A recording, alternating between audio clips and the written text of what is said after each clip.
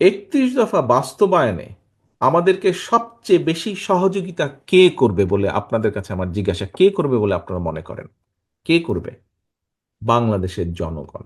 আমরা যদি 31 দফা, যাই 31টা দফা নিয়ে আপনারা আজকে সারাদিন আলোচনা করলেন। বাই দ্য ওয়ে, এখানে আরেকটি কথা বলি। এই 31 দফা কিন্তু শুধু বিএনপির কথা নয়। বিএনপি প্রথমে 27 দফা দিয়েছিল। পরবর্তীতে বাংলাদেশের যে রাজনৈতিক দলগুলো, যতগুলি রাজনৈতিক দল আমাদের সাথে যুগপৎ আন্দোলনের সংগ্রামে ছিলেন এই স্বৈরাচারকে বিদায় করার ক্ষেত্রে, পরবর্তীতে আমরা সবগুলো রাজনৈতিক দলের সাথে আলোচনা করেছি এবং তাদের কম বেশি সম্মিলিত একটি মতামতের প্রতিফলন হচ্ছে এই 31 দফা।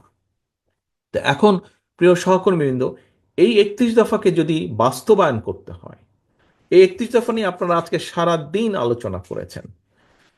31 দফার মধ্যে আমরা আগেও বলেছি, এই 31 দফাই শেষ না।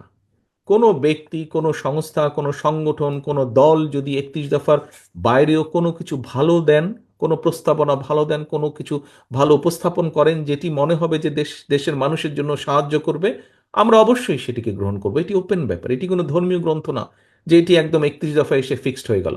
এটি যদি অন্য বেটার কিছু থাকে অবশ্যই আমরা গ্রহণ করব। আমাদের দফার মধ্যেও কোনো দফা আছে যেটিকে একটু পরিবর্তন করলে যদি বেটার হয়, এরকম যদি কেউ প্রস্তাবনা দেন, আমি সেটিকেও গ্রহণ করব। কিন্তু বিষয় হচ্ছে এই 31 দফাকে যদি বাস্তবায়ন করতে হয়, এই 31 দফা নিয়ে আপনারা সারাদিন যে আলোচনা করলেন, আপনাদের কম বেশি আপনারা তো দেখেছেন গত 8-10 ঘন্টা আপনারা এখানে বসে আছেন, নিশ্চয়ই প্রত্যেকটা পেজ আপনারা উল্টিয়েছেন, উল্টিয়েছেন না আপনারা? প্রত্যেকের হাতে আপনাদেরকে যে ফাইল দেওয়া আছে তার মধ্যে কিন্তু এই ছোট বইটি আছে, এবং আপনারা কম বেশি দেখেছেন আলোচনার ফাঁকে ফাঁকে। আপনাদের কি মনে হয় যে 31 দফা যদি বাস্তবায়িত হয়, তাহলে কিছু হলেও দেশের যে চিত্র, যে হতাশামূলক চিত্র এখন আমরা দেখতে পাই, সেটি পরিবর্তিত হবে, একটি হলেও দেশ বেটার হবে? আপনারা কি এর সাথে একমত? আপনারা কি একমত এর সাথে?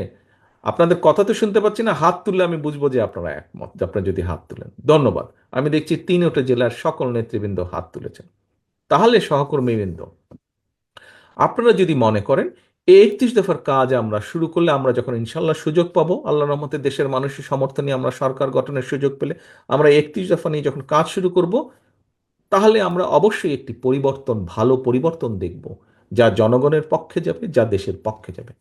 কিন্তু ঘুরে ওই এক জায়গায়, এই 31 দফা আমরা তখনই বাস্তবায়ন করতে পারবো যখন আমরা দেশের মানুষের সমর্থন পাবো।